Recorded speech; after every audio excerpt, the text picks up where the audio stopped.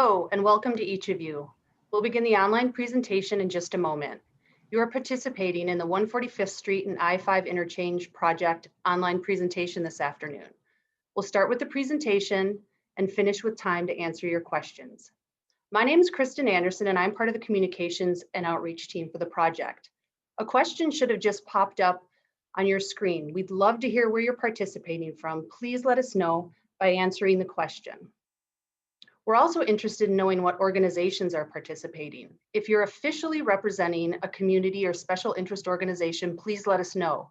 You can do this by sending us a message in the chat function to share the name of the organization you're representing today. All right, so let's check out the polls. Let's see where people are participating from today. Looks like a lot of folks from the Parkwood neighborhood of Shoreline, Haller Lake, and also just other neighborhoods in Shoreline. We have some folks from Ridgecrest and Briarcrest and Westminster Triangle.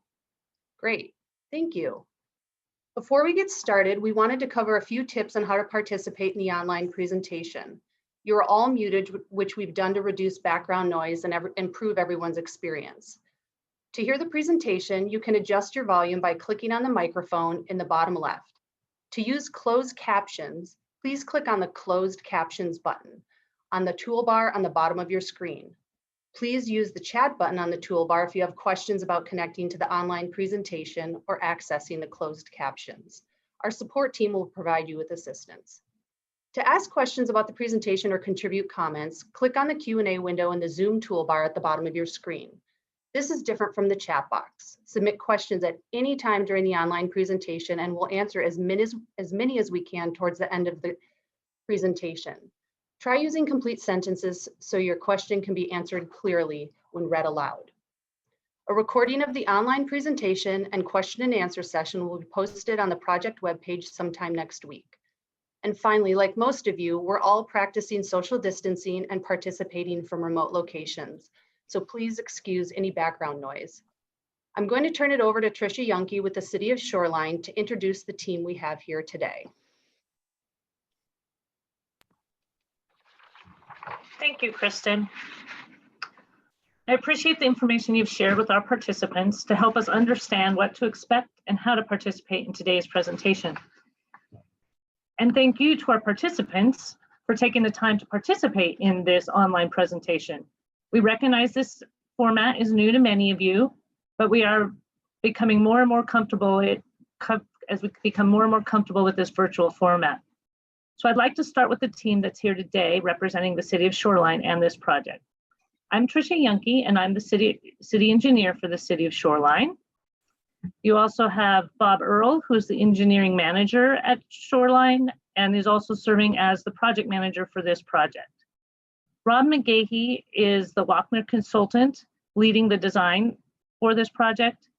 And you've already heard from Kristen Anderson with Stefferson and Associates, who's supporting the city on outreach on the project. So we also have, as we move into questions and answers, we also have two other people on our panel to help answer those questions. Natasha Walters is a transportation service manager for the city, and we have Katie Handel with Lochner, who is the lead designer and the guru on roundabouts. So what you're going to hear today is information about the design and the status of the 145th, also known as SR 523 I-5 Interchange project. As you're probably aware, the project now consists of two roundabouts in place of the existing signals. We recognize roundabouts are new to many of you, and you may have a lot of questions and concerns about roundabouts and why we would possibly be placing them here. We'll hopefully address many of those questions over the next hour.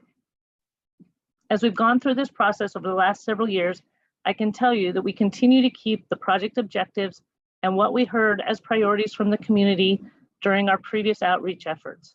Safety, mobility, and access continue to be our top priorities as we move through design. When I turn this over to Bob and Rob, they're going to provide you with information on the project, background, including the problems that generated the need for this project, the project objectives. You'll also hear about the elements of the projects, how it works and why it works. We also have a neat simulation to show how roundabouts work with comparison to the signal. This simulation will also be on our website if you want to watch it again or share it with other people. After Bob and Rob complete the presentation, we'll open it up to questions and answers. As Kristen mentioned, please use the Q&A feature at the bottom to insert your questions as we go along. Kristen and her team will monitor these questions and group them into like questions and ask the panel these questions for answers.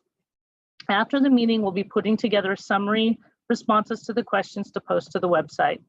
Similar, the questions will be grouped together, both in the Q&A and the final summary. And with that, I'm going to turn the presentation over to Bob. Thanks, Tricia. As Tricia mentioned, my name is Bob Earl. I'm the city's engineering manager and also the project manager for the 145th Interchange. Today, we want to tell you what's been happening in the 145th Interchange since City Council's adoption of the multimodal corridor study in 2016 that concluded the project's planning phase. I know that some who are attending today aren't familiar with the project yet, so we will also outline the project's background to help you understand why the project is being done and how the city and our stakeholder partners developed a roundabout-based concept for the interchange. Today's interchange was constructed in the 1960s when our population was lower and the traffic volumes on 145th and on Interstate 5 were much lower than today. Besides being 55 years old, the interchange's design also predates the Americans with Disabilities Act. And even though curb ramps have been added to the sidewalks in some places, we know that the entire interchange generally does not meet ADA standards for curb ramps, pedestrian push buttons, and similar features. Also, as I think we all understand though, the main reason that we have to update the 145th interchange at this point is to prepare to safely and efficiently serve the pedestrians, drivers, cyclists, and transit riders who will also need to get to the new 148th Avenue Shoreline South Light Rail Station when it opens in 2024. So at this point, I'd like to ask Rob McGahey, the design manager for Lochner, to cover today's the details of today's interchange problems and challenges. Rob? All right, thanks, Bob.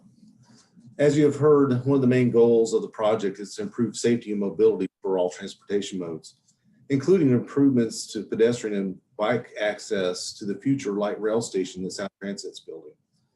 It is safe to say that no part of the interchange meets compliance with ADA or the Americans with Disabilities Act. Pedestrians and cyclists are discouraged to use this area because of the poor conditions of the sidewalks and non-existent bike route. Curb ramps and pedestrian signals are substandard and don't meet ADA requirements. Crosswalks are missing and sidewalks are in need of much repair. Bicycles also have no path across the I-5 interchange. It's a missing link in a bike route that connects the interurban trail to the west to the inland trail to the east. The project will include new sidewalks and a bike path at the interchange that will give direct connection for shoreline neighborhoods west of the interchange to get to Sound Transit's Shoreline South 148th Street station. Next slide, please. Why do okay, let me talk a little bit why roundabouts improve safety over traditional intersections. Okay, in the years that have been banded by 2010 and 2014, there were 112 collisions with 5 or more serious injuries at this interchange. From 2013 to 2017, there were 148 collisions reported. There are basically 3 principles why roundabouts are safer.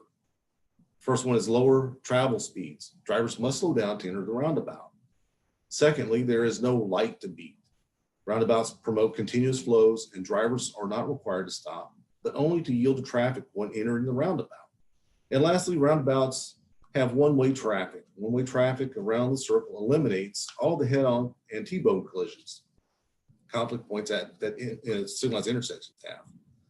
So how will the roundabouts improve access and mobility? Well, roundabouts promote continuous flows. Drivers won't have to wait for a green light, and traffic's not required to stop to go through the roundabout, only to yield to traffic that's already in the circle. Now, DOT's experience with roundabouts shows an 89% reduction in delays and a 56% reduction in vehicle stops.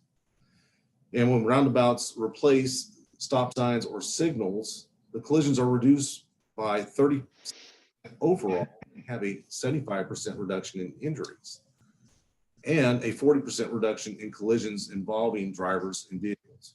So let me give you a brief history, summary of the collision history at 145th and I-5 interchange from the years 2013 to 2017.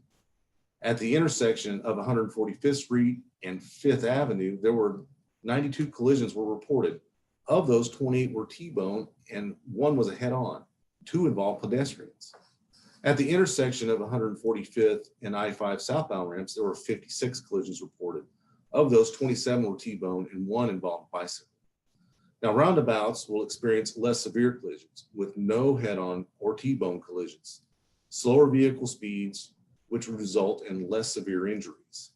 Roundabouts also have fewer conflict points and provide much easier decision-making for the driver. Now let's talk a little bit about mobility. So what will roundabouts do for the 145th Street and I-5 interchange?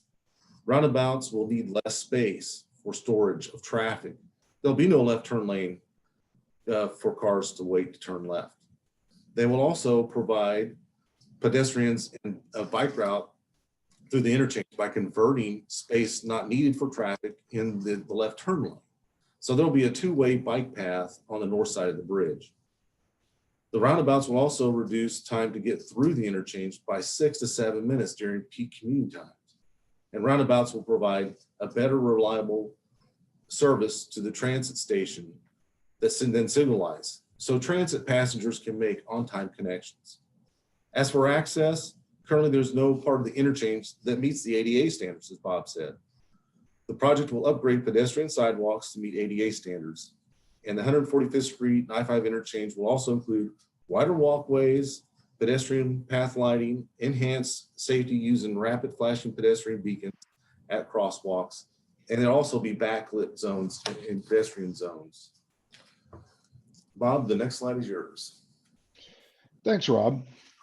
So as the city concluded the project's planning phase in 2016, we recognized that our chief goal was to move people safely and reliably through the interchange by addressing the traffic congestion that exists and reducing delays, and by removing barriers to access by mobility impaired folks and providing safe access for users actually of all modes of travel. So keeping people moving safely and reliably was our goal. Next slide, please. This illustration is from the city's 2016 145th multimodal corridor study, which the council adopted in November of that year. The interchange is shown with north at the top of the page and the south and 145th crossing over the existing overpass bridge. The southbound I-5 ramp terminals are on the left and the 5th Avenue Northeast intersection is on the right. On 5th Avenue Northeast, just off the slide to the north, is the location of the 148th Shoreline South Light Rail Station that's under construction right now. And also in that direction off the map is the existing on-ramp to Interstate 5 northbound. The corridor study proposed a design that is similar to today's interchange in many respects, but optimized to carry as much vehicle, transit, pedestrian, and cycle traffic as possible.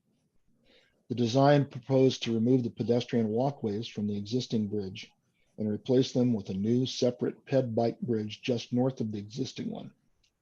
This was done to allow full use of the bridge deck and the transit for vehicle and transit traffic. The left turn lanes were to be lengthened to the full length of the bridge in order to relieve blocking of the through lanes by left turning traffic trying to access I-5. Other new features that were proposed in 2016's corridor study were a new right turn lane to southbound 5th Avenue Northeast and a button hook on-ramp down there on the lower right to northbound I-5 to replace the existing on-ramp and eliminate the left turn from 5th Avenue to the old ramp. But during 2016 and 2017, while we worked on the design development for this concept, we found that it works, but by 2035 would provide relatively little congestion relief or enhanced safety for the estimated $20 to $28 million cost. So we began to work with our stakeholders and partners and with Lochner, the design consultant, to test whether other concepts would provide more value. A number of concepts were considered, but to make a long story short, the project team realized that a roundabout-based concept probably offered the most bang for the buck in terms of moving a large number of people through the interchange in a short time, reducing delays, reducing travel times, and providing a safer, lower speed environment for pedestrians and cyclists. Next slide, please. But during 2018 and 2019, the project team worked on developing this roundabout concept. Again, the north is at the top of the map, and 145th Street runs east-west through the illustration. Instead of signal-controlled intersections at the ramp terminals and 5th Avenue Northeast, there are multi-lane roundabouts that connect traffic to all 4 compass directions and handle the left turning movements to the south and north without left turns on the bridge deck. Removing the left turn lanes from the bridge allowed designers to repurpose the bridge deck to carry 4 lanes of traffic and also to accommodate pedestrian walkways on both sides of the bridge and a new 2-way cycle lane on the north side of the bridge. Let's take a closer look now at some of the individual design elements that are proposed for the interchange. Next slide. As shown in the legend, I'll just go from left to right here. We have a 10-foot sidewalk or shared use path on the north side and sidewalks that are 5 or 8 feet on the south side of 145th approaching the west roundabout. Rapid flashing beacons are positioned at the crosswalks, and those are shown by the yellow blocks there. We'll talk more about those a little later on in the presentation. The 2-way bike lane is shown crossing the bridge in green, and connection to Jackson Park Trail is over on the right next to the Jackson Park legend. It's kind of orange colored. The other thing to mention here that is I'm sorry, I missed one. Sound Transit's, Seattle Department of Transportation is also working on future traffic revisions and a cycle track one-way northbound along 5th Avenue Northeast, south of the east roundabout. And then also worth mentioning are the areas that are blocked out in magenta and light yellow and blue on the west, the north, and the east of the interchange project. And as the legend shows, these are Sound Transit and Seattle Department of Transportation and City of Shoreline projects. The corridor project that we're also pursuing at Shoreline runs off to the west all the way over to 3rd Avenue Northwest, crossing Aurora, and ends where we match up with them at our west limit. And then everybody's aware of the current Sound Transit construction to the north, the station, and all the improvements and so on to 5th Avenue Northeast. And then Sound Transit's Stride Bus Rapid Transit on the east side here off on the right, covered over in blue, is under design and will run out 523, which is 145th, and then 522 and all the way out to Bothell and Woodinville. Next slide, please.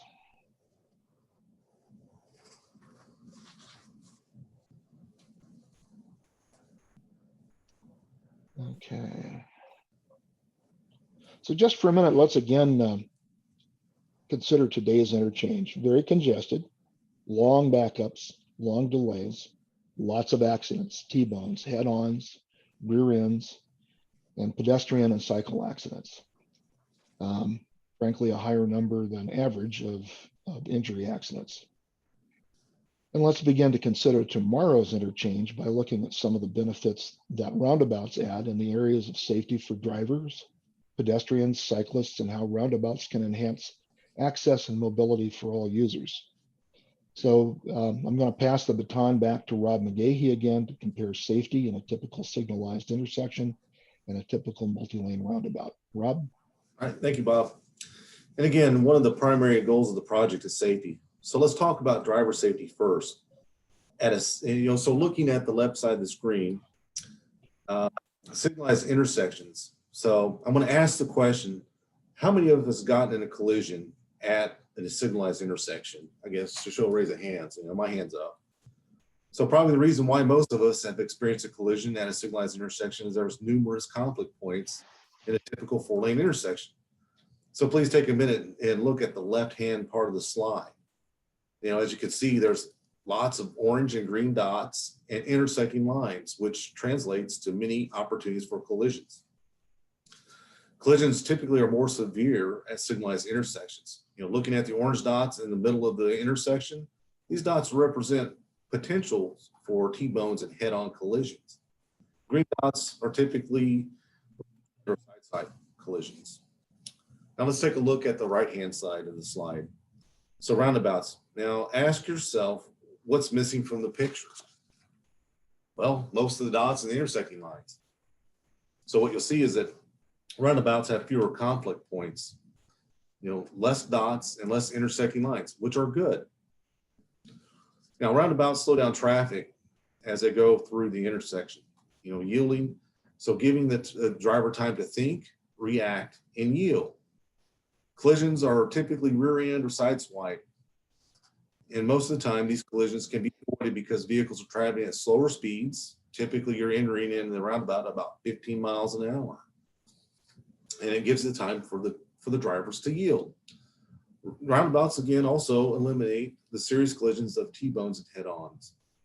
And roundabouts also are much easier for the driver to use. The driver has to only make one decision at a time in comparison to signals. So this enhances the driver's safety.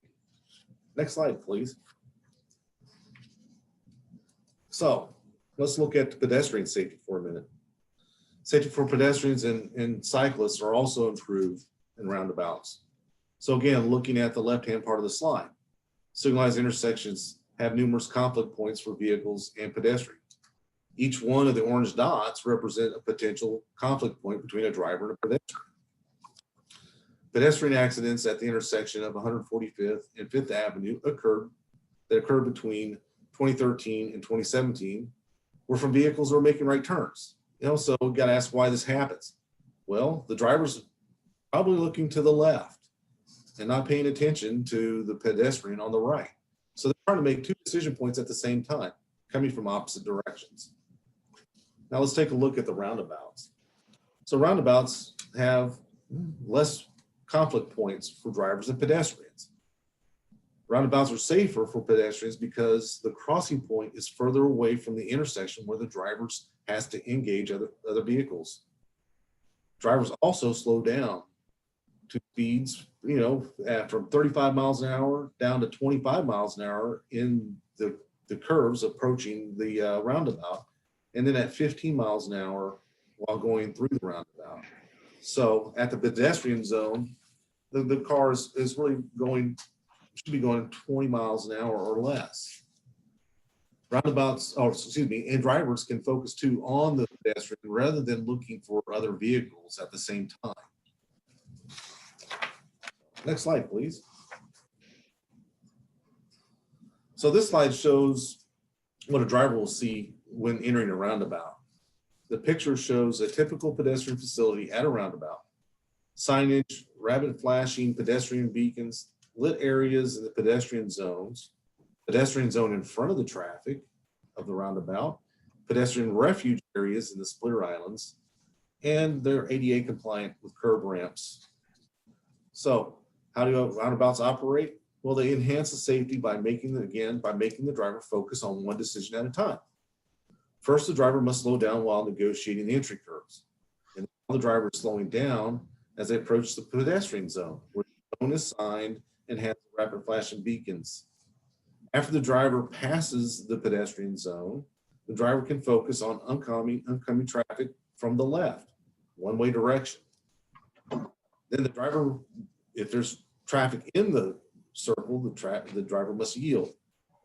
Once the driver's in the roundabout, they have the right away and can make any appropriate turning movements to continue to their destination.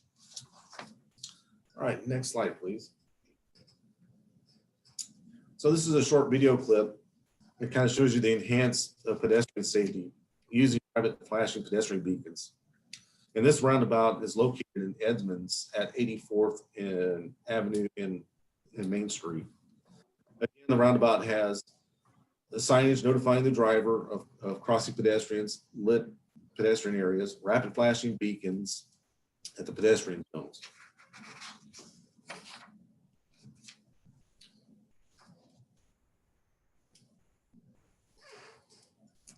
All right, next slide, please.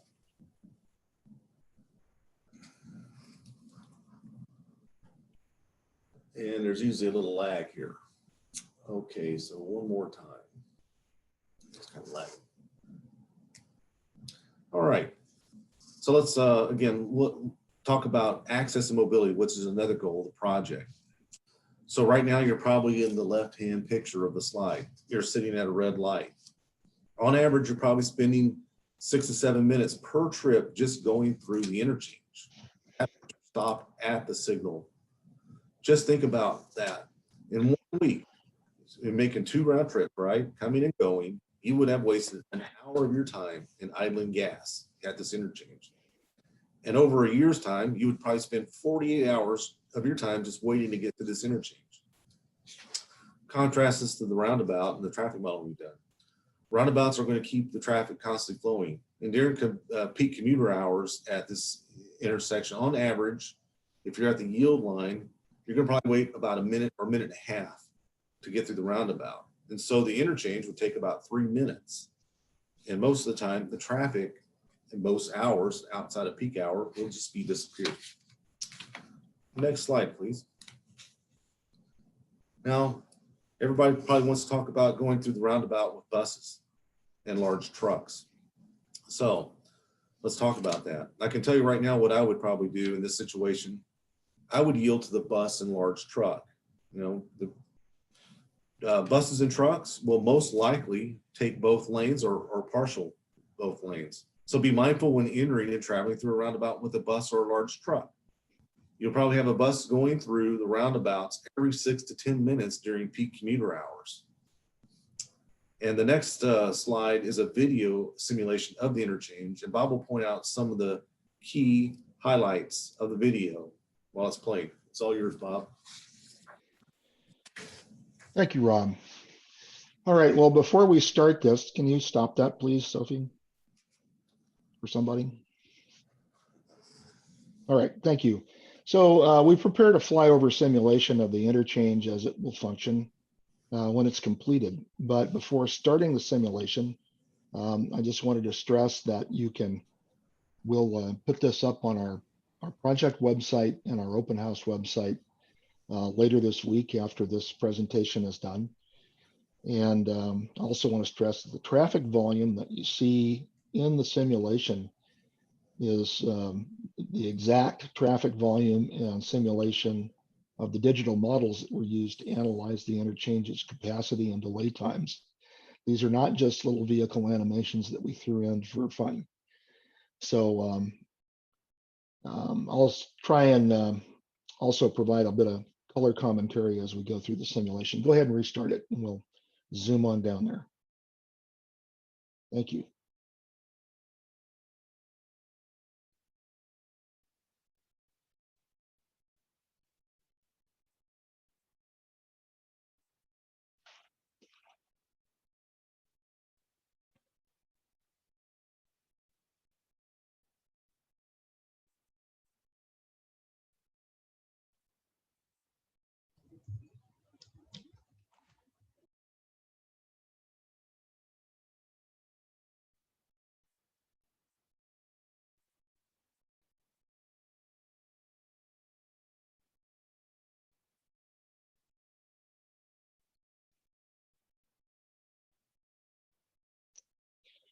So the lanes in the roundabout, the circulation lanes are 16 feet wide, and both roundabouts have a truck apron here in the middle in sort of a brick color to accommodate buses, trucks, and large vehicles.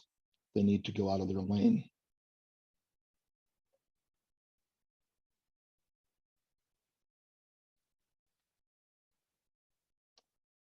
And as Rob noted earlier, crosswalks are set back from the roundabouts, which allows drivers to deal with pedestrians only during their approach to the roundabout and then not have to deal with them after they're in the roundabout.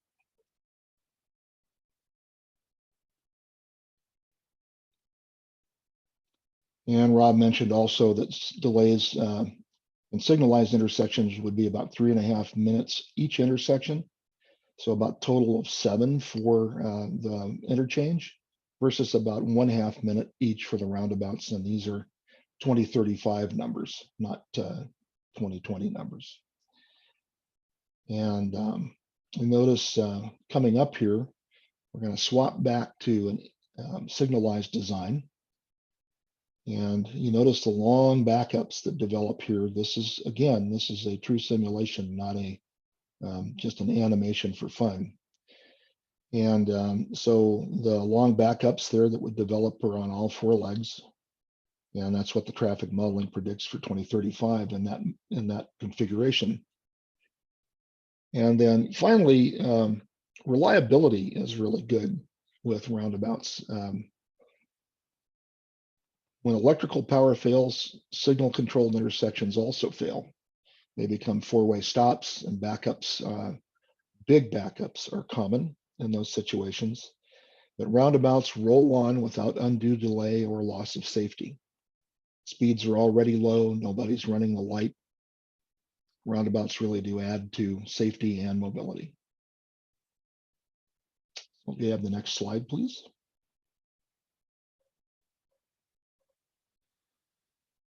So as we've seen, the roundabout design for this interchange does offer significant gains in safety and mobility and access compared to replacing the existing intersections with just larger signal controlled intersections. Traffic is calmed, driven speeds are down and safer, but traffic flows continuously with only small backups at peak hour. We believe this will be a much better choice for Shoreline and for the region, much more bang for the taxpayer's buck than our original design. Next slide, please. This is the project schedule, and at present, the city is completing preliminary design. Should be done at the end of or during the first quarter of 2021. Then final design and permitting follows and will be completed around mid-2022. And we anticipate advertising for bids for construction during the third quarter of 2022 or just after the first of the year in 2023. But construction will begin very shortly thereafter and should be substantially complete with the roundabouts, bridge, sidewalks open to public traffic at the end of 2024 when Link Light Rail begins its service. Next slide, please.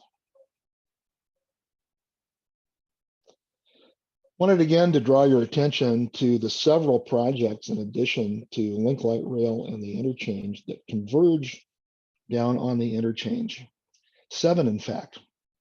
So this is a lot of change and a lot of good things happening between now and 2024 in this area.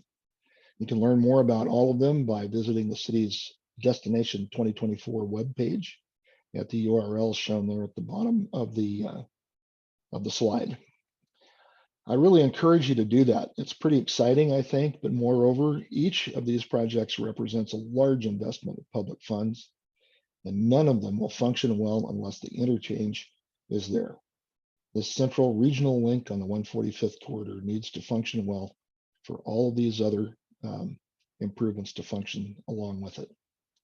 So at this time, I think it's time to hand this off to Kristen for the beginning of our question and answer session. So Kristen, take it. Thanks, Bob. We've already received quite a few questions. It looks like at least about 30 questions, and we'll do our best to answer as many questions as we can in the next 20 to 25 minutes. And just a reminder, you can continue to submit your questions using the Q&A window at the bottom of your screen. So why don't we get started? I'll read off the questions and then Bob and his team will answer those. First one, please describe how individuals with disabilities, especially those with visual impairment, are expected to navigate the crosswalks without the ability to stop traffic flow. How is a blind person with a cane to have time the gaps between traffic and cross safely? are hawk beacons going to be used at intersections, especially those which are also highway off-ramps? Well, at present, I'll take this. I'm not going to have a very good answer for you, but if you can leave us your name and contact information, I'd love to get back to you and talk with you about this. Right now, we're planning rapid flashing beacons, which are pedestrian activated, and that should stop the traffic. But I understand your concern. Being visually impaired, you wouldn't be certain that traffic was stopping for you before you entered the crosswalk. Typically, though, we don't see these problems developing in roundabouts that we've looked at. So if you'd please leave me or send me your contact information and your question again, I'd love to get back to you, and we can work on what we need to do to accommodate people with visual impairment.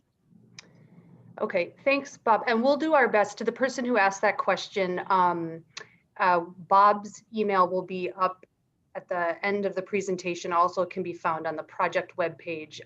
And if we're able, we'll, I think we can use the name and email there to get back to you. And Kristen, this is Katie. I can elaborate on that a little bit as well. Okay. So the rapid flash beacons that Bob referred to in the presentation, they've been fairly extensively studied at both standalone crossings and at roundabouts. Federal Highway Administration has them on their list of proven safety countermeasures shown to reduce pedestrian crashes by about 47%. Some additional studies have shown them to be most effective in areas with low operating speeds, such as approaching and exiting roundabouts, since operational speeds tend to not exceed 25 miles per hour. WashDOT also requires rapid flash beacons for multi-lane roundabout crossings right now, and that is the preferred treatment. There would have to be additional discussion with the state regarding, and the city of Shoreline regarding the feasibility of hawk signals. They have been placed and studied at roundabouts in other places in the country, but right now the RRFB is the expected treatment. The roundabout also will have additional features that assist visually impaired pedestrians with crossing. For the crossing alignments, all of the ramps and the splitter islands are aligned to have pedestrian and have pedestrian curbs to allow visually impaired pedestrians to use their canes to properly align for the crossing. So it's straight across. Ramps are the same width as a splitter island, so that visually impaired pedestrians can maintain the correct heading while crossing.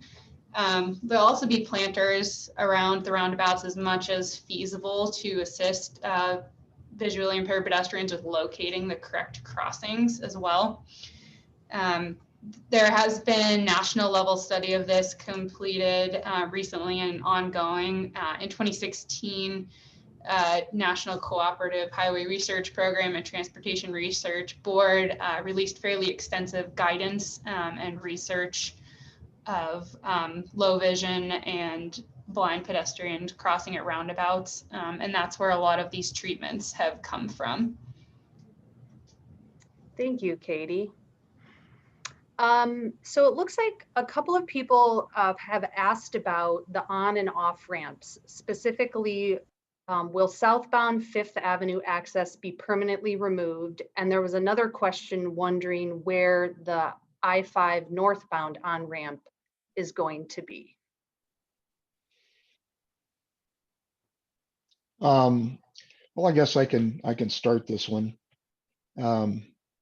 The southbound Fifth Avenue Northeast movement will be removed. We understand Seattle has undertaken that part of the well, that's their project actually, south of our project boundary.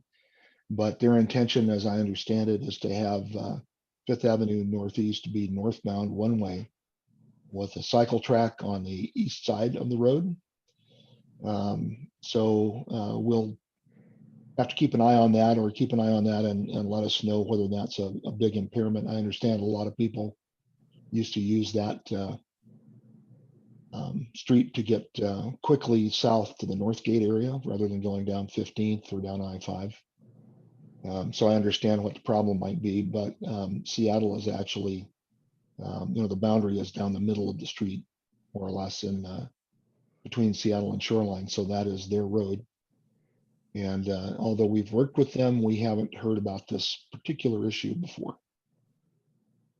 The existing northbound off-ramp, which is north of 145th and up 5th Avenue Northeast, will remain in place and will continue to function as it does today. So you'll have to go up through the roundabout, for example, and then make a left turn onto the on-ramp. Okay, thanks. It's looking like we have a few questions related to property. Specifically, is all of the property needed within the right-of-way? The similar question, how many homes and properties are you taking by eminent domain to accomplish these changes? And then also, when will property acquisitions start? Well, nothing right now, nothing is planned really for eminent domain. We have to complete our environmental permitting before we can start right-of-way acquisition. So that's at least a few months to almost a year away before we start.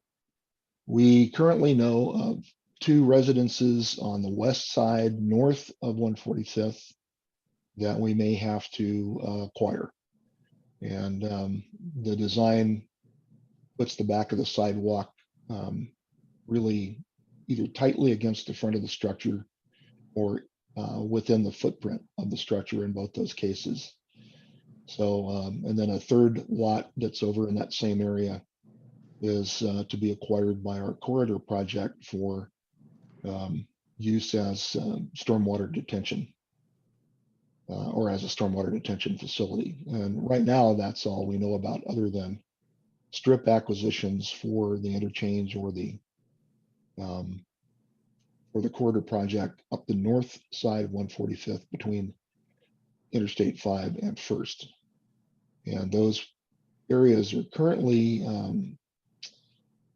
being considered for redevelopment. There's quite a bit of redevelopment activity in that area, and 2 developers are working on that block. So we'll see how that turns out. We really don't know at this point. All right, thank you. Next question, why are bikes being encouraged to travel on a state route instead of alternate routes? Natasha, you want to take that one? You've been working on the off-corridor bike network more than I have. Sure, thank you.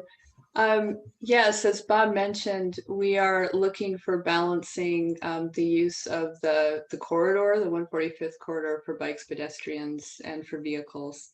At the interchange, there's only so many places to cross I-5, so the interchange is one of those places. As Bob mentioned, there's also a crossing to the north that we're working on, which is the 148th non-motorized bridge. And recognizing that you need to get across, we're making sure we do have adequate facilities for bikes as well as pedestrians across I-5. On either side of I-5, we are utilizing the local streets to help get the bikes through a parallel path. So you'll see on our Destination 2024 website, which we referenced, a map showing parallel routes to the north. And we're also working with the city of Seattle on the south side for looking for parallel roadways in close proximity to 145th to help with that bike movement across the corridor, as well as to the transit stations. Anything else? Okay. Well, I think, yes, I think I would like to add to that. Okay. Just a bit to the north of the interchange, the city is in the midst of designing a pedestrian bicycle bridge to cross I-5 and connect 148th Avenue or 148th Street, roughly, straight across over into the Station Plaza area. And that design is at about 30% completion now and beginning to move off into final design and permitting. And The only obstacle at this point is to make sure that we have adequate funding for construction later on. I guess I make that sound minimized or like not much of an obstacle, but it really is. It's another a couple tens of millions of dollars to complete that design and build it. Nevertheless, our current schedule is to complete the 30% design within during 2021, and then to move on with funding, pursuing funding and trying to construct the bridge and get it in place, hopefully by 2024, but if not, then shortly thereafter. Natasha, you may want to add a detail or two to that, or Trish. I think that's good. There's more information as well on our website to talk more about those parallel complementary projects. Good point. Thanks. Okay, thank you. Here's another one. Currently, traffic on 5th Avenue Northeast turning left onto northbound I-5 often causes backups in both directions, on both directions of Northeast 145th. What is the plan to avoid congestion on 5th and backups on the roundabout?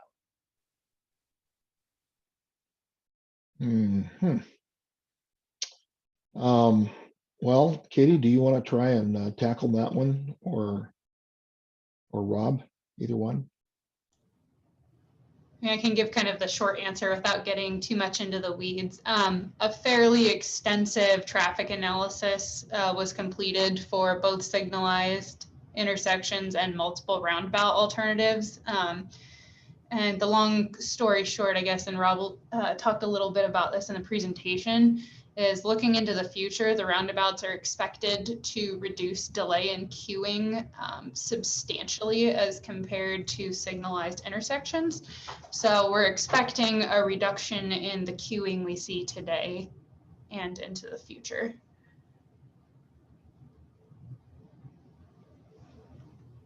Okay, thank you. So there's quite a few questions about people's concern about the speed of people either coming off of the interstate or kind of revving up to get on the interstate. And I'll read one specifically out loud, but there were a number of them.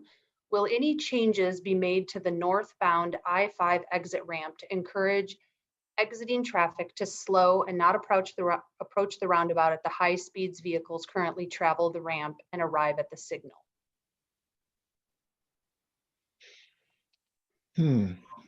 You want me to take that one, Bob? Yeah, yes, go ahead. Okay. So I saw a few questions relating to this. So yes, the specifically the northbound off ramp currently has, I think, about 4 lanes after it joins up with northbound 5th Avenue. So that leg will be receiving some adjusted geometry to, 1, reduce the number of lanes to 2, because that's what's expected to be needed, and 2, the roundabouts are have horizontal curvature on the approaches that's designed to encourage natural speed reduction when approaching the intersection.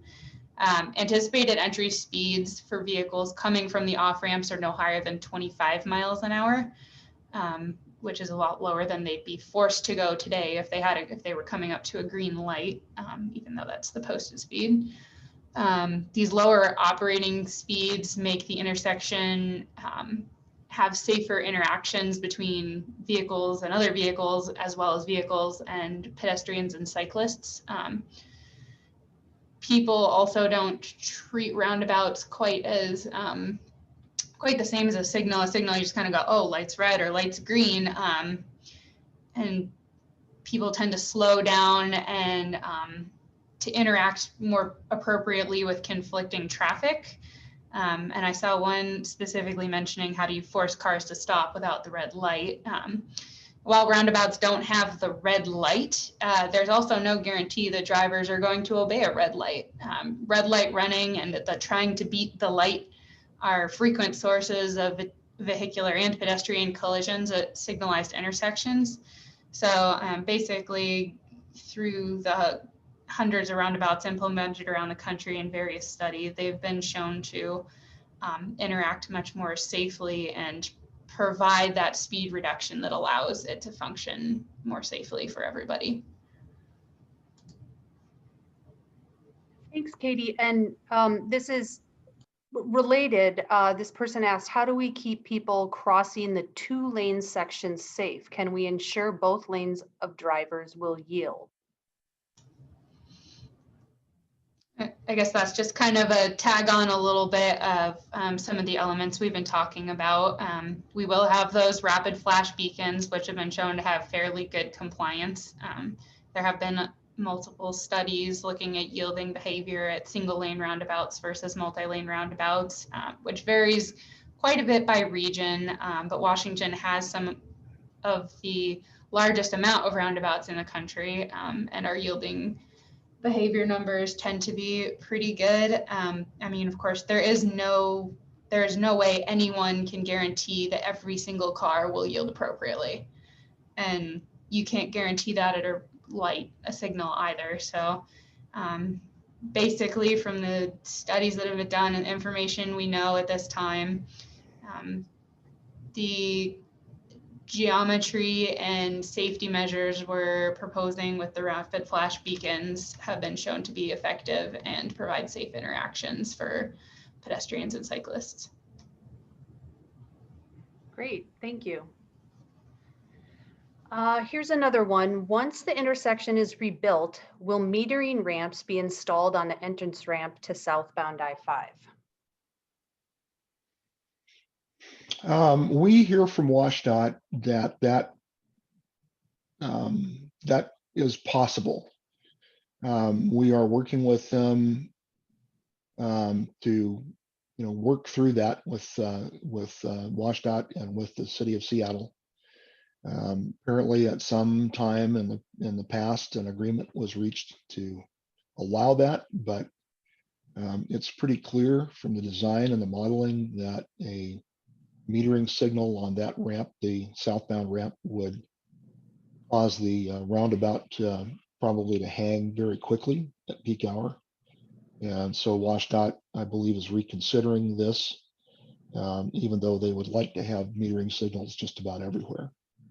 So I guess the best I can do for the questioner is just to say the jury is still out and we're working on it.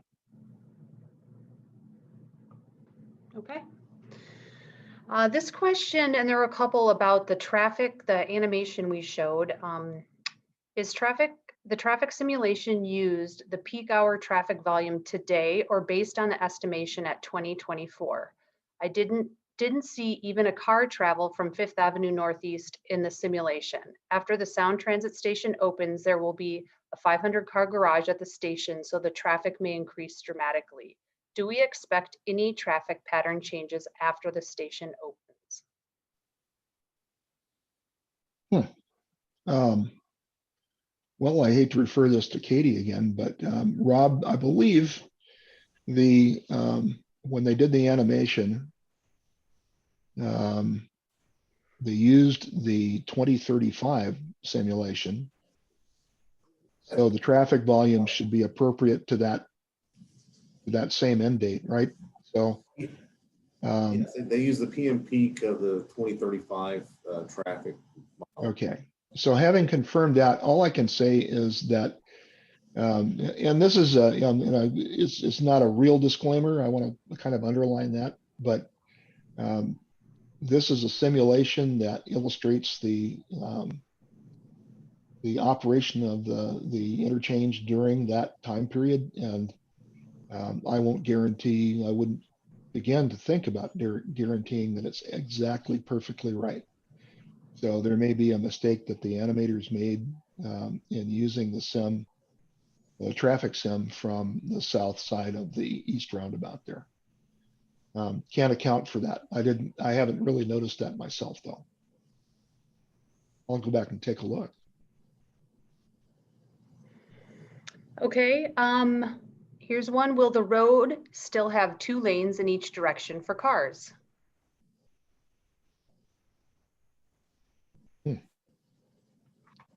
Are we talking about 145th? There isn't clarity there. Why don't we answer it with that? And if that's not correct, if that person can reach out to Bob independently after the event he can clarify. Well, in general, yes, there are 2 lanes of traffic in each direction on all legs, entering and leaving the interchange and crossing the bridge. There's 2 lanes of traffic for westbound and 2 for eastbound. I believe some of the northbound traffic lanes on 5th Avenue Northeast are going to be either HOV lane or a bus lane. But otherwise, what I'm seeing there is 2 lanes in just about all directions. Okay, thanks. And we're getting close to the end of our time. I think this might be the last question. What is the cost of a roundabout compared to a signaled intersection? Want to take that one, Rob? Sure. The cost is relatively the same. I mean, if you're talking a new roundabout and a new signalized intersection, what you really see is a difference in the out years through the operation and maintenance of the intersections. So where roundabouts, they don't require signal heads or gear, computers, and also maintenance and power. So you're probably going to save on average between like $10,000 to $20,000 a year just in operation. Hope that answers your question. Well, just to add on to that, I'll clarify a little bit. So the construction cost at about $1 million, I think, is roughly the same as a signalized intersection. But where we make real gains over the life cycle cost, over the life of the intersection, is, as Rob pointed out, the annual savings in operation and maintenance costs. Hope that helped. Okay, I want to thank everyone for their questions. I know we didn't get to all of them today. And thank you for participating today.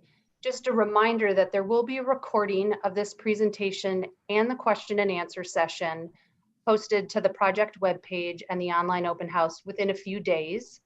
We'll also create a summary from this event that will get posted to the project webpage and to the project webpage.